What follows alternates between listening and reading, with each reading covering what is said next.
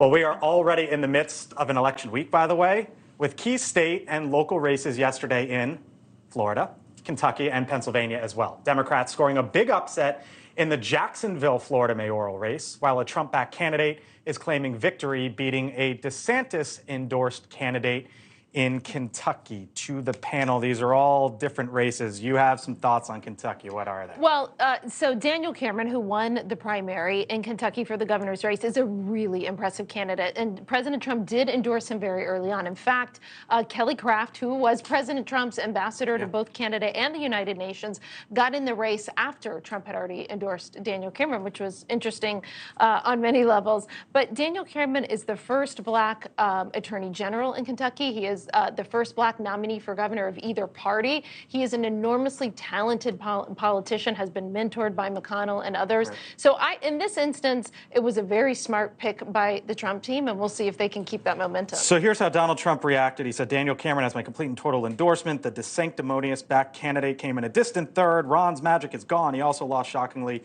in Jacksonville last night. I'm old enough to remember, Chris, 6 months ago in November, when everyone was blaming Donald Trump for backing candidates, and that's why the election turned out the way it did.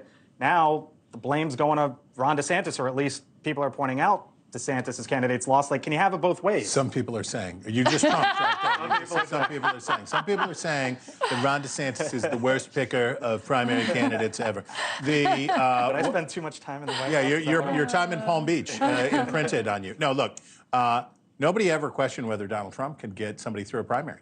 Donald Trump was great at getting horrible candidates through primaries. He could, Mehmet Oz and Herschel Walker, and we could go down the list of all of the bad candidates that Donald Trump got through a primary to go lose the general. And the question is, will, I'm sorry, I'm blanking on his name right now. Daniel Cameron. Will Daniel Cameron unseat Andy Beshear, the Democratic governor of Kentucky? That's the question. It's not which one of them won the primary, it's who can beat in the general, and that will be a bellwether that we'll be looking at for what the condition of the electorate is like going into next year. That race in Kentucky, 2019, Andy Beshear won by 5,100 votes out of 1.4 million cast. Razor thin, so it's a race, as you mentioned, that we'll be watching. Johanna, in Jacksonville, big win for Democrats last night. What's your take? Well, so Biden did win Jacksonville. So it is, a place where you can actually have Democrats win. So again, you have him saying, I bring more people out to the polls for conservatives, for Republicans.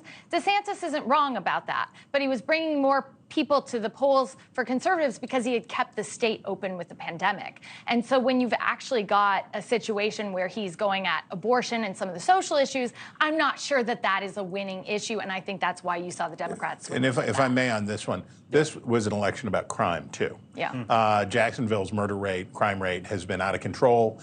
People are really dissatisfied. You have a Republican who is being hit. Basically, a Democrat running against a Republican as being soft on crime. Democrats around the country should take note of this race. You want to beat Republicans, don't abandon the crime issue, lean in on it. Interesting. Thanks for watching. Go to newsnationnow.com to find News Nation on your television provider. And don't forget to subscribe. Click the red button to get more of News Nation's fact-driven, unbiased coverage.